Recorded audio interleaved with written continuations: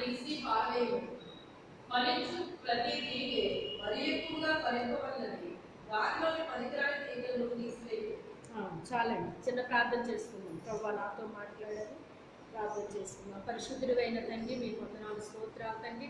ప్రభువా ఇదిగో తండ్రి, ఈ సమయంలో నాయన మీ దివ్య వాక్యం ద్వారా నాతో మాతో అందరితో మీరు మాట్లాడండి. వాక్యంలో ఉన్న గూఢమైన సంగతి, రహస్యమైన సంగతులు, మీ రాజ్య మర్మాల్ని తెలియచెప్పు నాయన. వినే చెవి, గ్రహించే హృదయం, అనుసరించి నడిచే జీవితాలు మాకు అందరికీ అనుగ్రహించదండి. పరిశుద్ధాత్మదేవుడా మీరే కార్యము చేసి సహాయం దయచేయమని యేసు అతి పరిశుద్ధ నామములో అడిగి వేడుకొనిచున్నాము తండ్రి, ఆమేన్.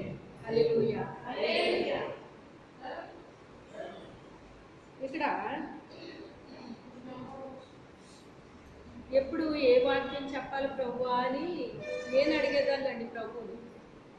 విచిత్రంగా ఆయన ఈ వాక్యం అని వెంటనే నా హృదయంలోకి అలాగ ఒక మెల్లని స్వరంలాగా ఈ వాక్యం అని వచ్చేసింది అన్నమాట అండి. నేను అంటే మరి రాత్రంతా ఇలా జరుగుతుందని ఎవరికి తెలుసు? ప్రభువుకు తెలుసు కదా, నాకు తెలీదు. అందుకే ఎప్పుడు నేను అడిగేదాన్ని కదా, ఈసారి ఏంటి ప్రభువా మీరు చెప్పారేంటి నాకు అని నాకు ఆశ్చర్యం అనిపించింది అన్నమాట.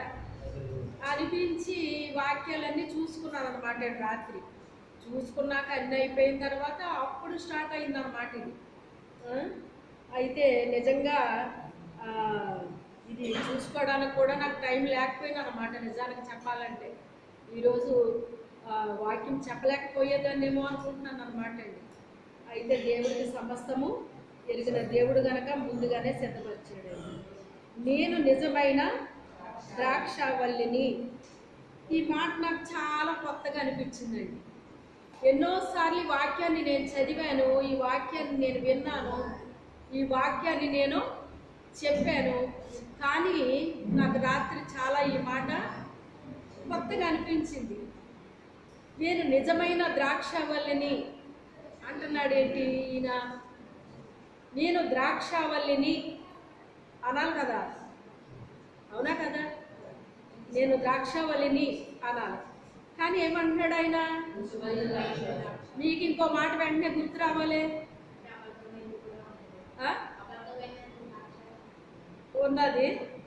ఇంకో చోట కూడా ఇలాగే రాయబడింది. అంటే ద్రాక్షవల్లి గురించి కాదు. నేను నిజమైన గుర్తు రావట్లేదు ఎవరికైనా. నేను నిజమైన వెలుగై ఉన్నాను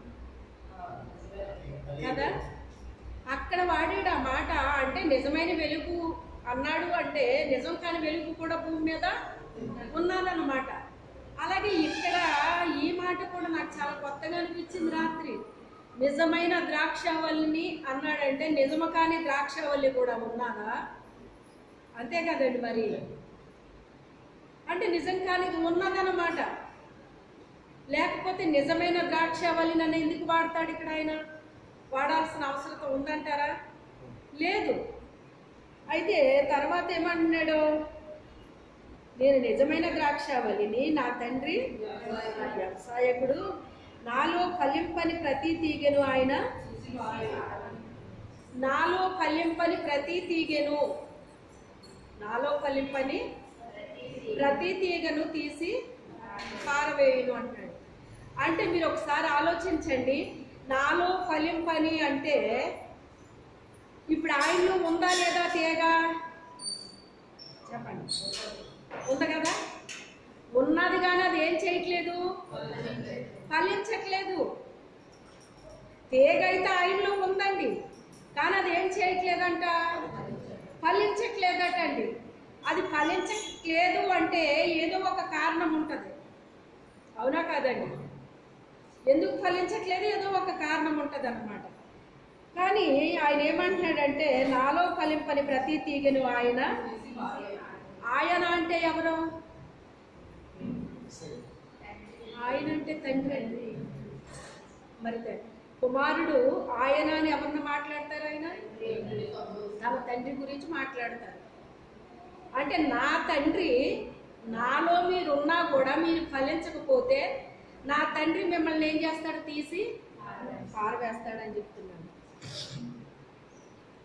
ఫలించు ప్రతి తీగే మరి ఎక్కువగా ఫలింపవలెనని దానిలోని పనికిరాని తీగలను తీసివేయి. అయితే ఫలించే తీగలు ఉన్నాయటండి ఎక్కువ. కొన్ని కొన్ని ఫలించే తీగలు ఎక్కువగా ఫలింపవలెనని, అంటే ఫలిస్తున్నాయి కానీ ఇంకా ఎక్కువ ఫలించాలని ఆయన కోరుకుంటున్నాడు అటండి. అర్థమైందా?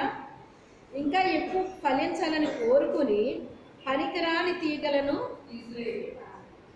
పనికిరాని తీగలు ఎక్కడ ఉన్నాయి?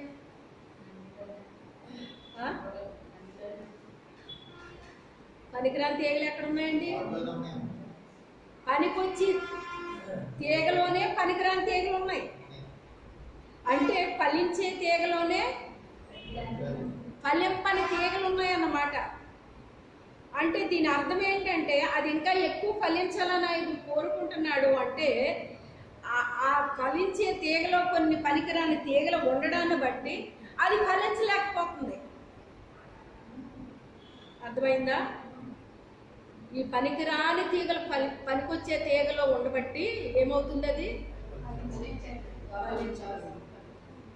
మనము కొన్ని చెట్లు, ఉదాహరణకు మన కరివేపాకు చెట్టునే చూసుకుందాం. దాని కొమ్మ విరిచామనుకోండి, అందులోంచి ఏమొస్తుంది? చిగురు వస్తుందండి. అప్పటి వరకు ఆకు బాగోదన్నమాట అండి. అదో రకంగా ఉంటుంది కొన్ని ఆకులు చూస్తే మనం. అప్పుడు మనం ఏం చేస్తామంటే ఆ కొమ్మలు విరిచేస్తాం అన్నమాట. ఆకులు దూసేసిన, కొమ్మలు విరిచేసిన మళ్ళీ అందులోంచి నూతనమైన కొమ్మలు పుట్టుకొస్తాయి అన్నమాట. చిగుళ్ళు వస్తాయి. చిగుళ్ళు వచ్చి మంచి ఆకు అందులోంచి వస్తుంది అన్నమాట అండి. అలాగే ఈ ఫలించే తీగల్లో కొన్ని పనికిరాని తీగలు ఉండడాన్ని బట్టంట అది ఫలించలేకపోతుందంట. లేకపోతే ఇంకా ఫలించేదంట. లేకపోతే ఇంకా ఫలించేదంట. అయితే ఈ కొమ్మ ఆ తీగలది దానికి తీసుకుంటుందండి? దానికి తీసుకోలేదు. అందుకని ఎవరు తీస్తున్నారంట? అయ్యి తండ్రి తీస్తున్నాడు అంటండి. హల్లెలూయా. ఈ తీగ నీలో ఉంటే నువ్వు నేను అనుకున్నట్టు నువ్వు ఫలించలేవు. నువ్వు ఇంత ఫలించాలని నేను కోరుకుంటున్నాను అంటాడు ఆయన. ఎంత ఫలింపు కోరుకుంటాడు దేవుడు చెప్పండి? కదా, నూరంతలు కోరుకుంటాడు. నూరంతలు కోరుకుంటే మనం ఎంత ఫలిస్తున్నాం? ఎవరమైనా నూరంతలు ఫలిస్తున్నామండి?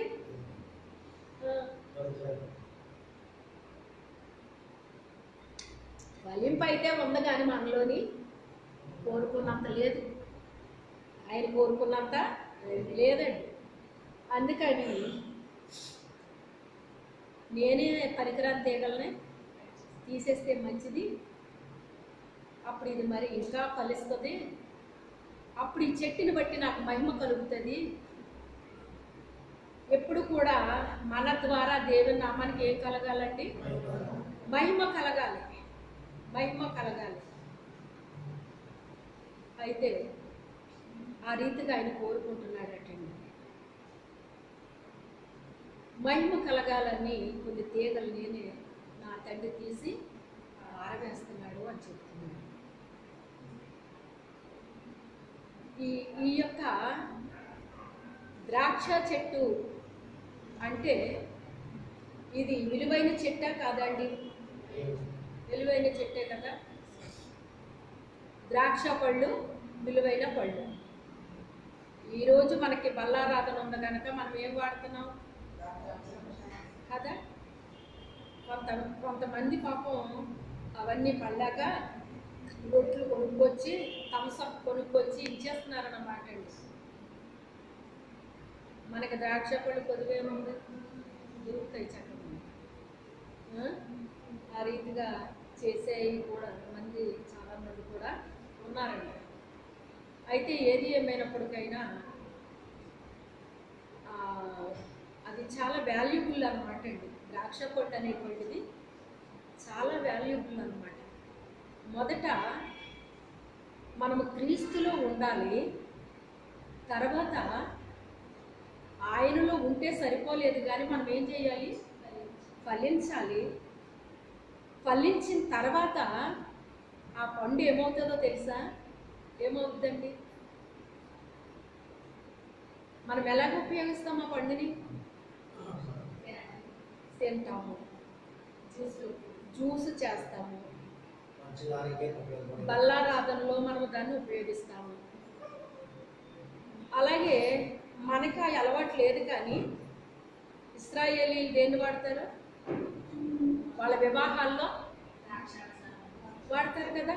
తప్పకుండా ద్రాక్షారసం ఇవ్వాలి ఆ వివాహాల్లో, విందుల్లో.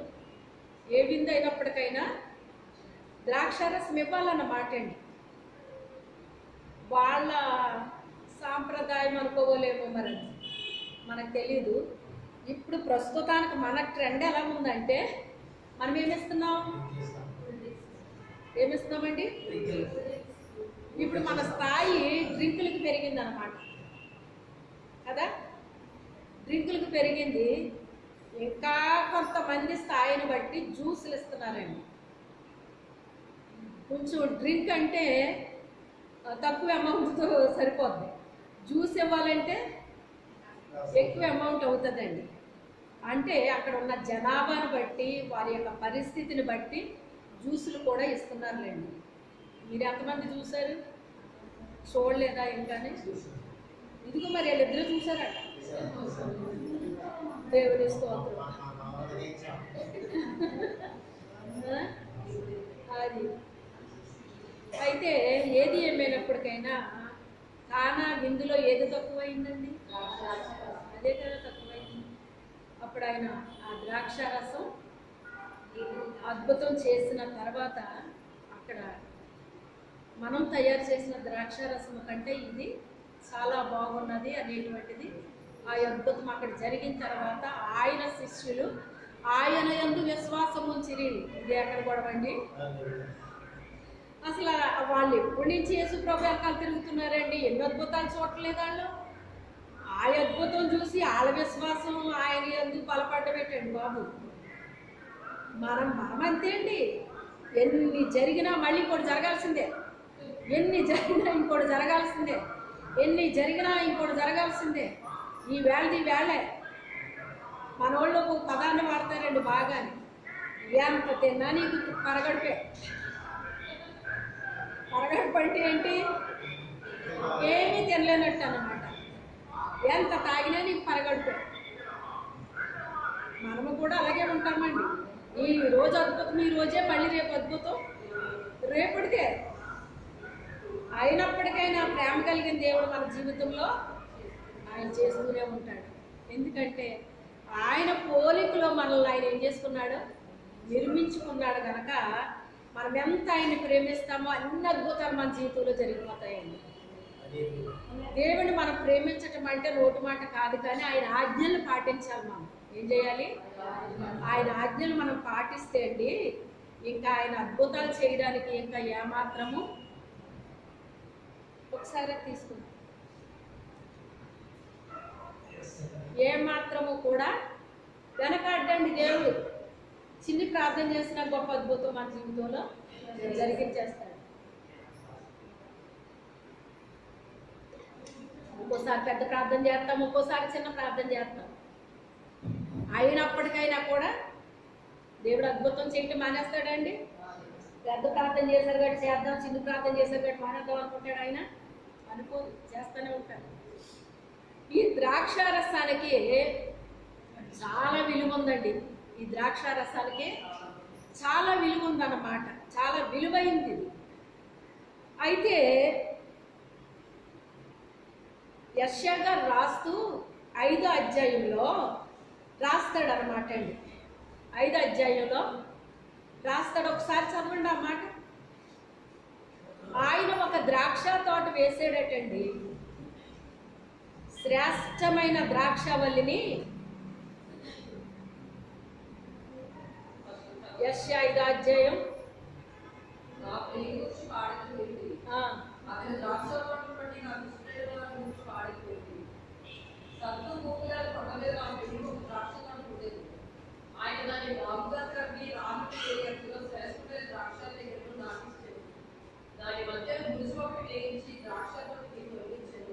చాలు చాలు. అక్కడ శ్రేష్టమైన ద్రాక్ష తీగని నాటించాడటండి. గమనించండి మీరు బాగా. దానికి నీళ్లు పెట్టడానికి కూడా ఒక బురుజు వేయించాను అంటున్నాడు. అంటే ఆ తీగ శ్రేష్టమైందే, దానికి నీళ్ళు సప్లై లేదా అనడానికి నీళ్ళు సప్లై ఉంది దానికి. అర్థమైందా? అయితే శ్రేష్టమైన తీగని ఆయనే నాటాడట, దానికి మంచి వాటర్ సప్లై కూడా పెట్టాడు ఆయన. కానీ చివరికి మనం చదువుకుంటా వెళ్తే ఏమని చెప్తుందో తెలుసా? అది అక్కడ అది కాపుకొచ్చినప్పుడు యజమానుడు ఏం చేస్తాడండి? మనం ఏదో ఒక మొక్క నాటామండి మన ఇంటి దగ్గర, అది చిన్ని పువ్వు వేస్తుంది. చిన్ని పువ్వు అండి. ఆ చిన్ని పువ్వు చూడగానే మన ఆనందం ఎంత ఉంటుందండి చెప్పండి? అమ్మో చిన్ని పువ్వు వేసింది ఇది, చిన్ని పువ్వు వేసింది ఇది అని. మన ఇంట్లో అంతకంటే వాల్యుబుల్ వస్తువులు ఉన్నప్పటికైనా ఆ చిన్ని మొగ్గను చూసి మనం ఏమైపోతామండి? మురిసిపోతాం. ఇంకా అర్థమాట దాన్ని చూసి పనిలోనే ఉంటాం మనం. దాన్ని చూడటం కోసం తిరుగుతూ ఉంటాం అటెప్పు ఇటెప్పుకి. ఆ వెళ్ళినప్పుడల్లా దాని వైపు చూస్తేనే తప్ప మన లోపలికి రాలేము. అంటే మనకి ఎంత ప్రేమ చూడండి ఆ మొక్క మీద. ఎందుకని? మన చేతులతో మనం నాటుకున్నాం దాన్ని. మన చేతులతో మనం నాటుకున్నాం. అది ఆ చిన్న పువ్వు వేస్తే మనం అంత సంతోషపడిపోతున్నామే. మరి ఆ పూత వచ్చినప్పుడు దేవుడు ఎంత సంతోషిస్తాడండి? మనం మూత పెట్టినప్పుడు ఎంత సంతోషిస్తాడు ఆయన? ఆ పూత వచ్చి ఏ చెట్టు అయినా సరే, పూసిన చెట్టు పూసినంత కాయలు కాస్తుందా? చాలా వరకు పూత గాలికి రాలిపోతుందండి. ఒక్కొక్కసారి ఎండకి ఎండిపోతుందండి. ఇలా రకరకాలుగా అయిపోయి పూసినంత పూత కాయలు రావండి. కాయలు కాస్తుంది. కాయలు కాసిన తర్వాత కొన్ని పిందులు రాలిపోతూ ఉంటాయి, గాలికి రాలిపోతూ ఉంటాయి. ఇక మన వైపు చూసుకుంటే గాలి ఎయ్యగలదు, రాల్పడానికే. ఇక్కడ వానర సైన్యం ఉంది. గాలి వేసి రాలిపోక్కలుతాయి, అవి రాలుపుతాయి, బాగా రాలుపుతాయి. అలాగే దుష్టుడు కూడా తన సైన్యాన్ని పంపించి ఏం చేస్తాడు? రాల్పించేస్తాడండి. దేవుడు వేసినా చేసినా వాడు ఏం చేస్తాడంటే పోతను రాలిపోయేటట్టు చేస్తాడు. అందుకే దాన్ని ఏం చేయాలంటే మనం కాపలా కాసుకుంటా ఉండాలంటండి. ఏం చేయాలి? మరి తోటలు ఉన్న వాళ్ళు ఏం చేస్తారండి? 1-2 చెట్లు ఉన్న వాళ్ళు మేము చేయలేం దాన్ని. కొంతమంది ఏం చేస్తారు? కాపలా కాసుకుంటారు. ఎంత కాపలా కాసి అప్పుడే ఇంటికి వచ్చిన అప్పుడే వెళ్తాయన్నమాట. అయ్యి గమనంతా కూర్చుంటాయేమోండి, ఎప్పుడు వెళ్తాడో ఇంటికని. దానికి మాట అంటే రాదు కానీ అన్నీ తెలిసేయండి. మీరు ఇంటి తలుపు తీయండి, ఇంటి తలుపు తీస్తే ఆ చప్పుడుకి వచ్చేసి వెళ్ళిపోతుంది అనమాట. మనం ఇలా తీసి ఇలా వచ్చామంటే అది అలా వెళ్ళిపోద్దండి. ఇదేంటి ఇప్పుడే కదా తీసి నేను ఇలా వచ్చాను అనుకుంటాం మనం. ఆ గేటు శబ్దం కూడా అది దానికి ఎంత ఆనవాలో తెలుసా? మీరు కొబ్బరికాయ అలా కొట్టండి, ఆ శబ్దానికి వచ్చేస్తుంది అది, అది ఎక్కడున్నా కానీ. అంటే దీనికి శబ్దాన్ని బట్టి ఇది ఏం చేస్తుంది? కొబ్బరికాయ కొడుతున్నామా ఏం చేస్తామన్నది కూడా గ్రహించే ఇది ఉంటుంది అనమాట అండి వాటికి. ఏది ఏమైనప్పటికైనా ఈ పిందులు కూడా రాలిపోయే అవకాశం ఉన్నదండి. అవన్నీ అయిపోయిన తర్వాత మిగిలినవి ఏమవుతాయి? చివరికి పండ్లుగా మారుతాయి అన్నమాట. ఆ పండ్లుగా మారిన తర్వాత అప్పుడు అది వెళ్ళి ఎక్కడ పట్టదో తెలుసా? జ్యూస్లు ఎలాగొస్తున్నాయి మరి మనకి? మనం పట్టుకెళ్ళి ఎక్కడ వేసుకుంటాం? మిక్సీలో. అవునా? మిక్సీలో వేసినప్పుడు దాని పైన తోలు కానీ దాని లోపల గింజ కానీ నలగకుండా ఉంటుందా? పై తోలు నలిగిపోయిందంటే పెద్దదేం లేదు. లోపల ఉన్న సీడ్ అది ఎంత గట్టిగా ఉంటుందండి చెప్పండి? దాని పైన ఉన్న తోలు కంటే లోపల ఉన్న గుంజు కంటే లోపల ఉన్న సీడు గట్టిగా ఉంటుంది. కానీ దాన్ని కూడా ఈ మిక్సీ నలగొడుతుందా లేదా? నలగొడుతుందా లేదా? లేదా? నలగొడుతుంది కదా. అప్పుడు ఏమవుతుంది? జ్యూస్ వస్తుంది మనకి. ఏమొస్తుంది? శ్రేష్టమైన ద్రాక్ష తీగను నాటని అంటాడు ఆయన. అందుకే ద్రాక్ష జ్యూసు శ్రేష్టమైంది అని నేను చెప్తున్నాను. అది చెట్టే శ్రేష్టమైంది అయితే దాని నుంచి వచ్చిన పండు శ్రేష్టమైందే కదా. అది గాలి దెబ్బతిన్నది, కోతులు దెబ్బతిన్నది, అన్ని దెబ్బలు తిన్నది. అది అయినప్పటికైనా వచ్చి మిక్సీలో పడింది అంటే, లేకపోతే వాళ్ళు గానుగులు వాడతారండి, గానుగులో పడింది అంటే ఎన్ని వాటి నుంచి అది తప్పించుకుని వచ్చింది. అవునా కదా? అన్ని దెబ్బల నుంచి వచ్చిందనమాట. అంటే యజమానుడి యొక్క కాపుదల ఉందా లేదా దానికి? ఉన్నది. ఆ రకంగా వచ్చి అది ఆ మిక్సీలో పడినప్పుడు, ఆ గానుగులో పడినప్పుడు, అది ఒక జ్యూస్గా మారినప్పుడు అది తాగి ఏం చేస్తున్నారో మనుషులు సంతోషపడుతున్నారు. ఈ మాట ఎక్కడుంది? చెప్పాలి, మీరు చెప్పాలి. చెప్తేనే కానీ మిమ్మల్ని వదలని ఈరోజు.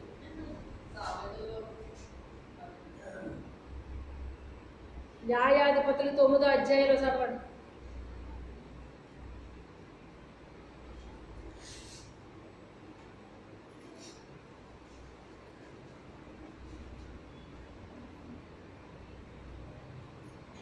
దేవుడిని మానవుడు సంతోషపెట్టు, నా ద్రాక్షారసము వేయక తాగి చెట్లమే రాజునై ఉండి ఇప్పటి మూటమే వచ్చేదా.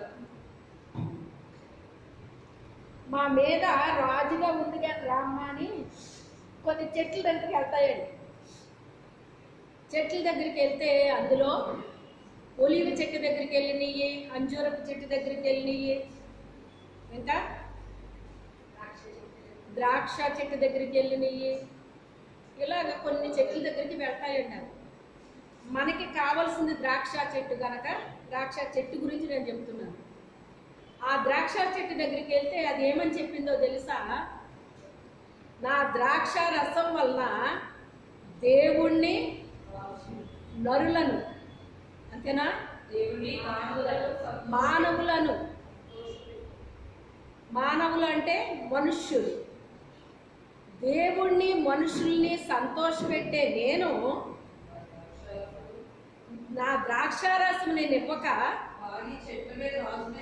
చెట్ల మీద రాజునై ఉండడానికి ఇటు అటు ఊగడానికి నేను వస్తానా? నేను రాను అని చెప్పింది అన్నమాట. ఎవరైనా నువ్వు రామ్మా నిన్ను రాజుగా పెడతామంటే ఎలాగెళ్తారండి? అసలు నన్ను రాజుగా పెట్టండి అనే డబ్బులు ఇచ్చి పెట్టించుకుంటారు. అవునా కదా? వాళ్ళు కాదు కానీ నన్ను పెట్టుకోండి నేను ఎంత ఇస్తాను అని చెప్పేసి ఏ పోస్ట్లో మీరు చూడండి, డబ్బులు ఇచ్చినా పోస్టులు ఎంచుకుంటున్నారు. అలాంటిది ఫ్రీగా నేను రాజుగా చేస్తాం రామ్మ అంటే ఏం చెప్పినాయి? అయ్యి ఒలివ చెట్టు రానన్నది, తర్వాత అంజూరపు చెట్టు రానన్నది, తర్వాత ద్రాక్ష చెట్టు కూడా రానంటుంది. అది నేను దేవుణ్ణి సంతోష పెడతాను, రెండోది మనుషుల్ని కూడా నేను సంతోష పెడతాను. ఈ రెండు నేను చేయకుండా చెట్ల పైన అటు ఇటు ఊగడానికి నేను వస్తానా అని అడుగుతుంది అనమాట. అంటే రాజపదవి ఎలాంటిదంట? అటు ఇటు ఊగే పదవి అంటండి అది. ఆ పదవిని చేయడానికి నేను వస్తానా, నేను రాను అని ఖచ్చితంగా చెప్పేస్తుంది అనమాట అండి. అంటే ద్రాక్ష రసము ఎంత శ్రేష్టమైందో ఇప్పుడు మీకు తెలుస్తుందా? రాజ పదవిని కూడా ఇప్పుడు ఆ చెట్టు ఏమంటుంది? వద్దు అంటుంది. ఏమంటుంది? వద్దు అంటుంది. షేరా గారు మీకు ఇది ఇస్తాం, మీకు అది ఇస్తాం, మీకు ఇది ఇస్తాం రమ్మని కోరండి. వాళ్ళ సంఘాలకు వెళ్తే మీకు ఇది ఇస్తామండి అది ఇస్తామండి అని చెప్పేవారు అన్నమాట అండి. ఎందుకంటే వాళ్ళు నాకు ఇవ్వచ్చు కానీ వాళ్ళు ఇచ్చేది కాదు నాకు కావాల్సింది. ఎవరిచ్చింది కావాలి నాకు? నా దేవుడు ఏ పని చేయమంటే నేను ఆ పని చేస్తాను. నేను ఎందుకని? నేను ఆయన బిడ్డను కనుక. ఎందుకని? నేను ఆయన బిడ్డను కనుక నా తండ్రి నాకు ఏ పని చెప్తే ఆ పని నేను చేస్తానండి, చేస్తాను. అయితే నేను అలా నవ్వి ఊరుకునేదాన్ని అన్నమాట. వస్తానని ఏమి ఎప్పుడు ఎవరికి నేను మాట ఇవ్వలేదు, ఎక్కడికి ఇంక వెళ్ళలేదు అన్నమాట. దేవుడు నువ్వు వెళ్ళు, అక్కడ నీ పని ఇది అంటే ఆ రకంగా వెళ్ళి ఆ పని చేసి నేను వచ్చిన రోజులు నాకు ఉన్నాయి. నేను ఎందుకు వెళ్ళాను, ఎందుకు వచ్చానో వాళ్ళకి తెలియదు, వాళ్ళకి తెలియదు. నేను చెప్పినా కూడా అర్థం చేసుకునే అంత జ్ఞానం వాళ్ళకి లేదు. అది ఎవరికి తెలుసు? ఒకటి ప్రభువుకి తెలుసు, ఒకటి నాకు తెలుసు. మాకిద్దరికే తెలుసు, అది ఇంక మిగతా వాళ్ళకి తెలియదు. ఎందుకంటే దేవుడు చెప్పింది మనం వినాలి, గ్రహించాలి అంటే దైవ జ్ఞానం కావాలని చెప్తున్నాను కదా నేను చాలాసార్లు. మనకి ఏం కావాలండి? దైవ జ్ఞానం కావాలి. మనుష్య జ్ఞానం ఉంటుందండి, మనుషుల జ్ఞానం ఉంటుంది, దెయ్యాల జ్ఞానం ఉంటుంది, ప్రకృతి జ్ఞానం ఉంటుంది, లోక జ్ఞానం ఉంటుంది, దేవుని జ్ఞానం ఉంటుంది. అన్నిటికంటే విలువైంది ఏ జ్ఞానం? దేవుని యొక్క జ్ఞానం ఉంది, దేవుని యొక్క జ్ఞానం. అయితే మొత్తం మీద నేను రాను అని చెప్పేస్తున్నాను అనమాట. అది విలువైన ద్రాక్ష చెట్టు.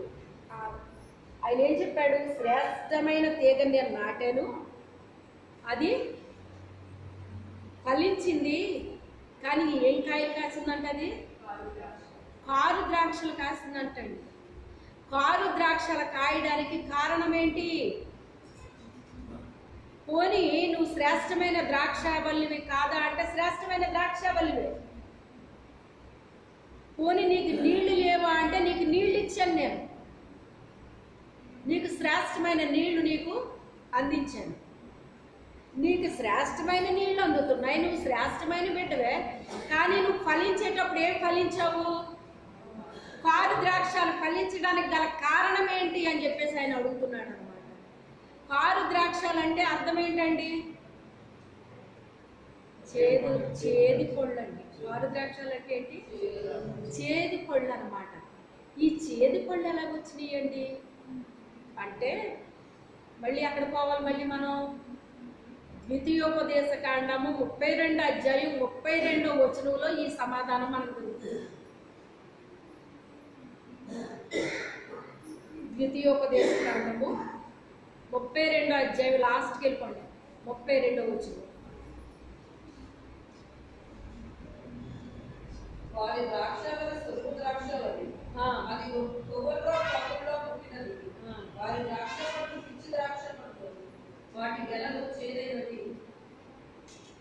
వారి ద్రాక్షరసు క్రూర సర్పముల విషము, నాగుపాముల క్రూరషము. చాలా అది ఆ ద్రాక్ష వల్ల ఎక్కడ నాటబడింది అంటున్నాడు? ఇప్పుడు ద్రాక్ష వల్ల కాదు, అది ఎవరి గురించి ఇది రాయబడ్డాది చెప్పగలరా? చెప్పగలరా? లోతు. లోతు అబ్రహాం అబ్బాయి మీరు కూర్చోవాలి, నువ్వు కూర్చో, డాడీ దగ్గర కూర్చొని వచ్చి.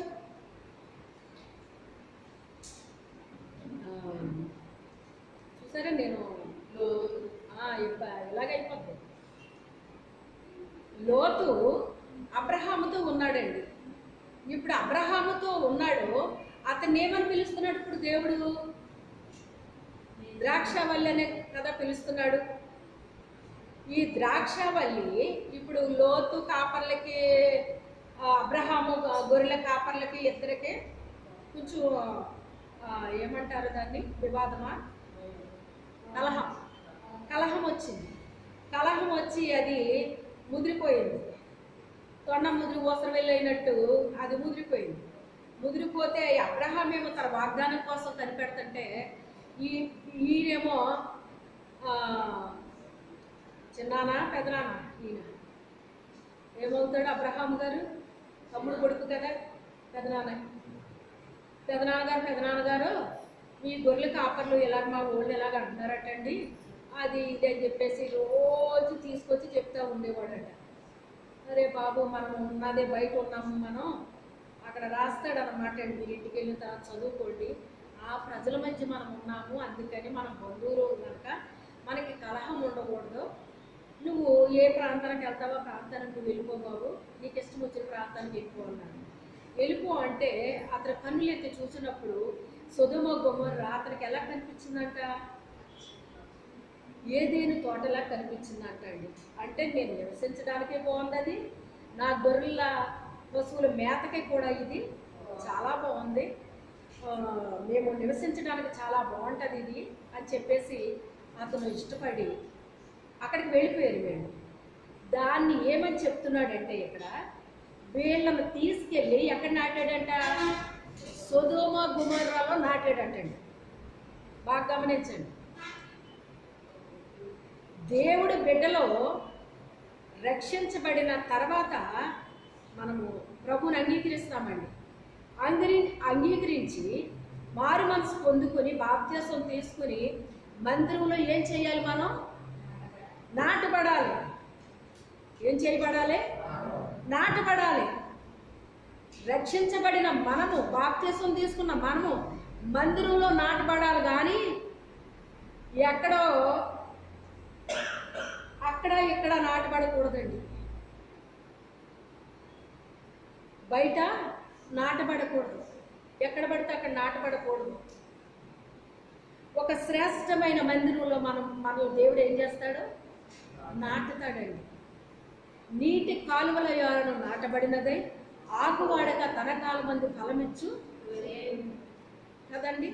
అంటే మనము నాటబడ్డ ఆ మందిరములో మనకి వాక్యం అనేటువంటిది పుష్కలంగా అందుతుందా, ఇది చూసుకోవాలి. మనం పుష్కలంగా ఎప్పుడైతే నీరు అందిందో మనం ఏం చేస్తామండి? ఎదుగుతూ ఉంటాము. ఆ నీరు తాగి మనం ఏం చేస్తాము? ఎదగడంలో ఎలాగ ఎదుగుతాము?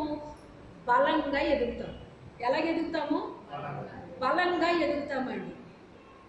బలంగా ఎదిగిన మనం ఏం చేస్తామంటే తన కాలమందు తన ఫలమిచ్చే చెట్టులాగా ఎదుగుతామంటండి. దేవుడు నిన్ను తీసుకొచ్చి ఇక్కడ నాటాడు. నిన్ను ఇక్కడ నాటినప్పుడు నేను ఇక్కడ ఉండను, నేను ఇంకో చోటుకి వెళ్ళి అక్కడ నాటబడతాను అన్నావంటూ, అర్థమైందా?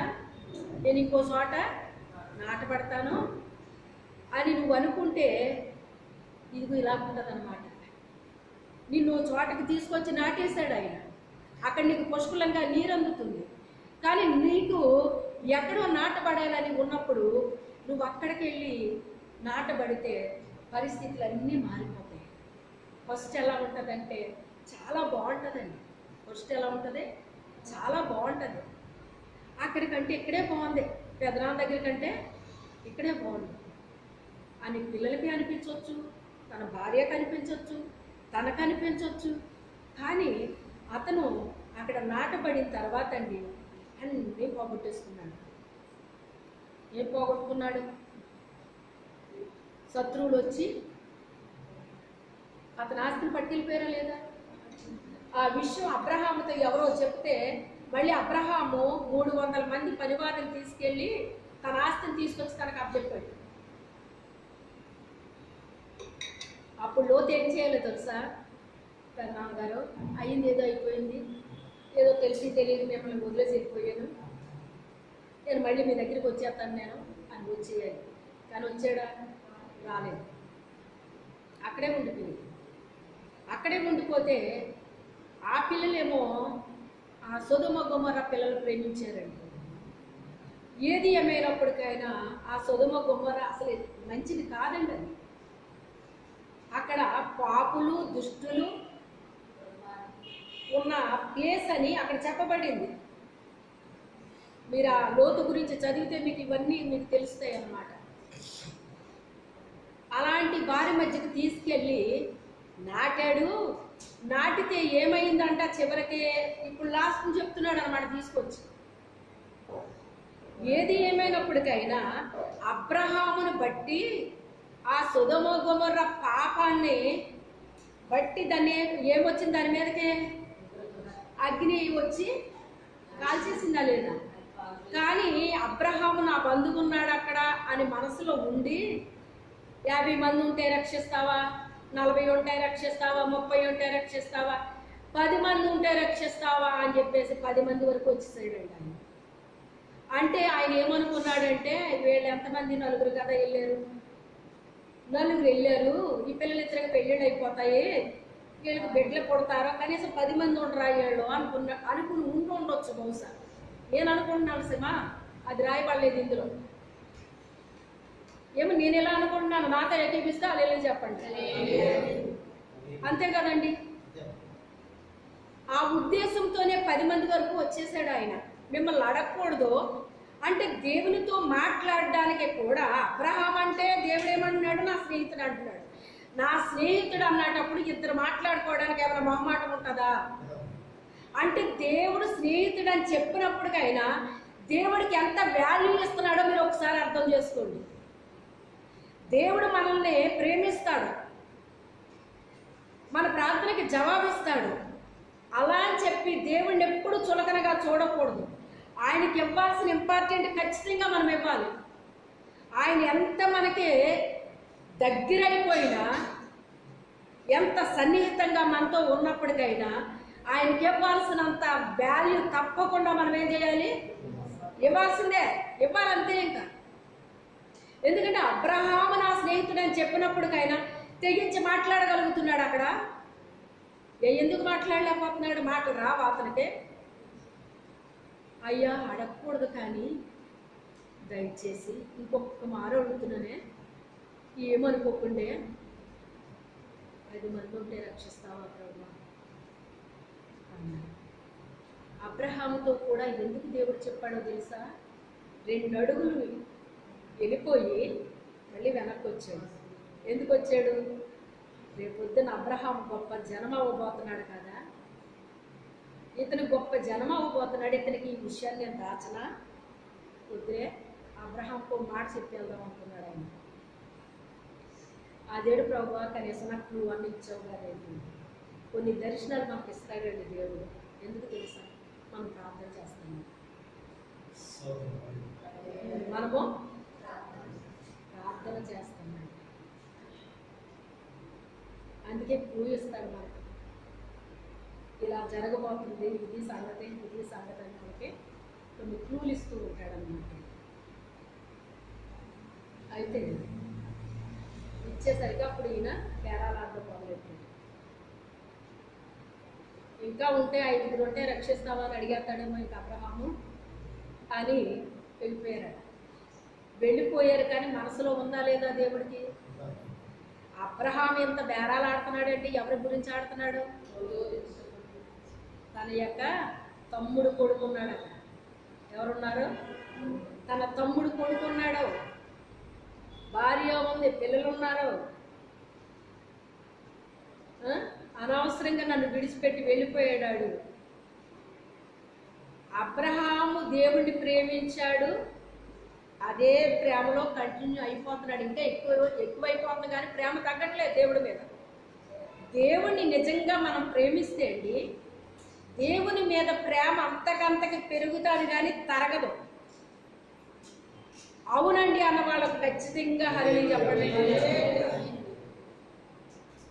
అవునా కాదా? అంతకంతకి దేవుని మీద మనకేం పెరుగుతుంది? మరి మనకు శ్రమలు వస్తే ప్రేమ తగ్గిపోతుందా? ఎందుకని? దేవుణ్ణి మనం ప్రేమించాలంట. ఎన్ని శ్రమలు వచ్చినా కూడా దేవుణ్ణి మనకి విడిచిపెట్టాలనిపించదు.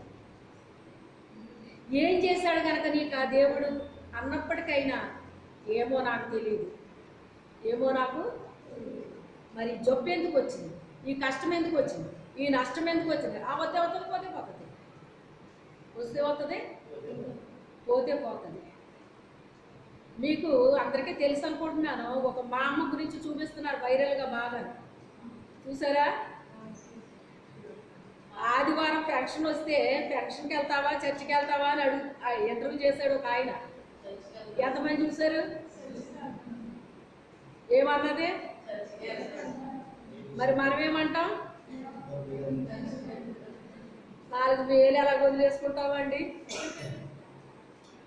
అంటారా?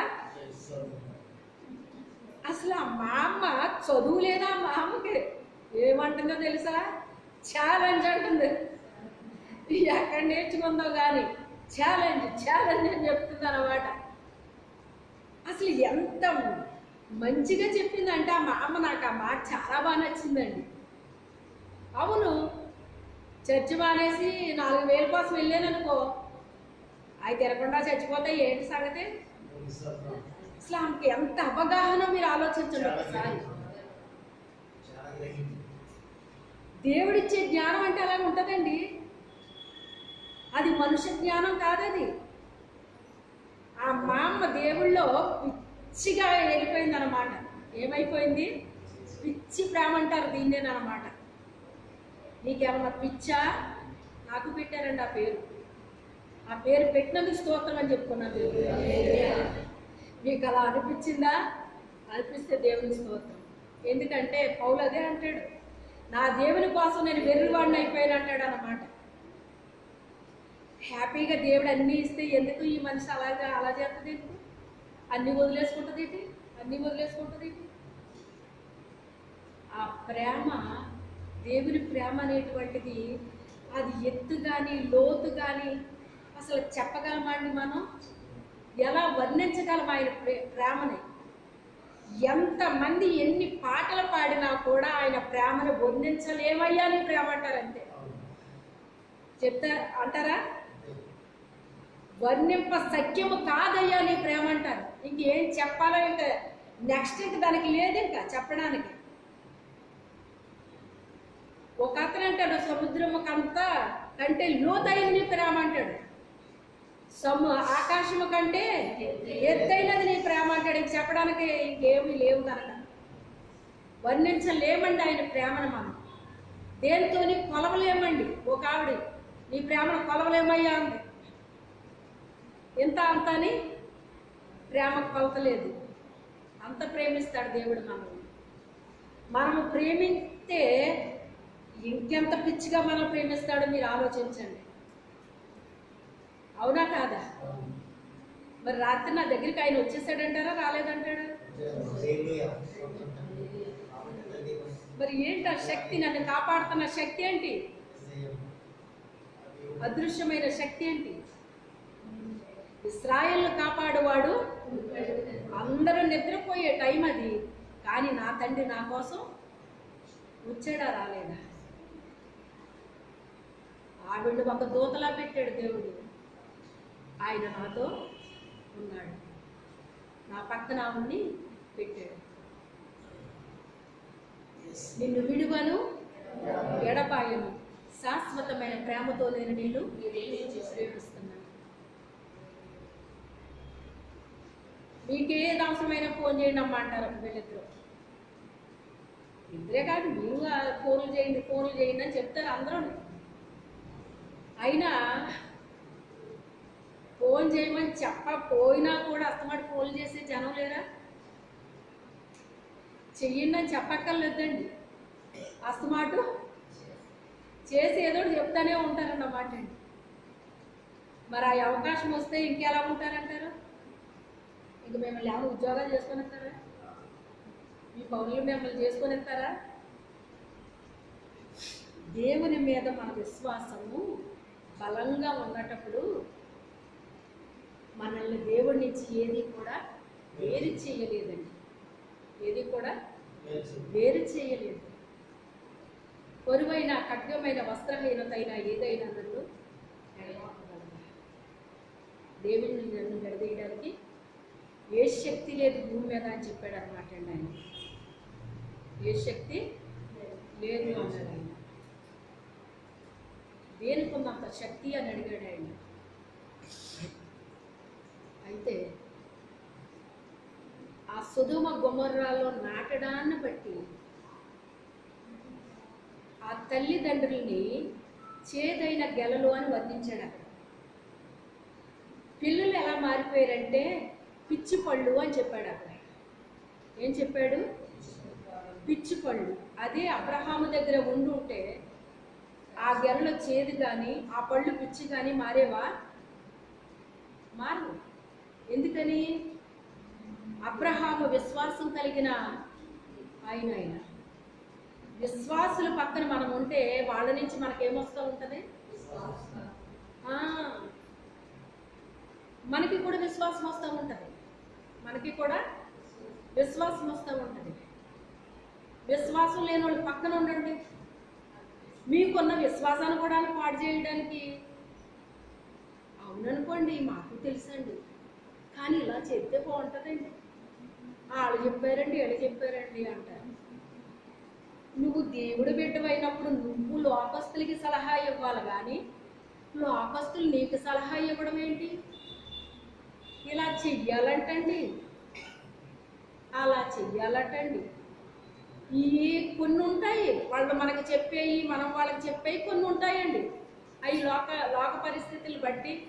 ఇప్పుడు మనకు అనారోగ్యం ఉందనుకోండి, అమ్మ ఇదిగో ఇది వాడండి, అది వాడండి అని కొన్ని చిట్కాలు చెప్తారే, అది తప్పలేదు, వాళ్ళు చెప్పినా మనం వినొచ్చండి. అలాంటివి కాదు. కొన్ని మన లైఫ్లో కొన్ని ఉంటాయి అన్నమాట. అంటే ఒక పెళ్లి జరిగినప్పుడు కానీ, ఒక శుభకార్యం జరిగినప్పుడు కానీ, ఒక గృహప్రవేశం జరిగినప్పుడు, లేకపోతే ఇంకోటి ఏదన్నా అన్నమాట. అలాంటి టైంల్లో లోకస్తులు చెప్పిన మాటలు వీళ్ళు వింటారన్నమాట అండి. అప్పుడే ఆ దుష్టుడు వచ్చి అక్కడ తెస్టేసేస్తాడండి ఆ ఇంట్లో వేసేసి, అప్పుడు మెల్లమెల్లగా కీడు చేయడం ప్రారంభిస్తాడనమాట అండి. వాళ్ళు ఎందుకు ఇలా జరుగుతుందో వాళ్ళకి అర్థం అవ్వదు. అదే దుష్టుడు మనల్ని అటాక్ చేస్తే తిరిగి మనం అటాక్ చేసే కృపని మనకి ఇస్తాడు దేవుడు. హల్లెలూయా. ఆ ఆయుధాన్ని మనం కలిగి ఉండాలి. ప్రార్థన అనేటువంటిది ఒక ఆయుధం అండి. శ్రమలు మనం అనుభవిస్తామే, ఆ శ్రమలు అనుభవించడం ద్వారా అది మనకు ఒక ఆయుధంలో తయారవుతుంది.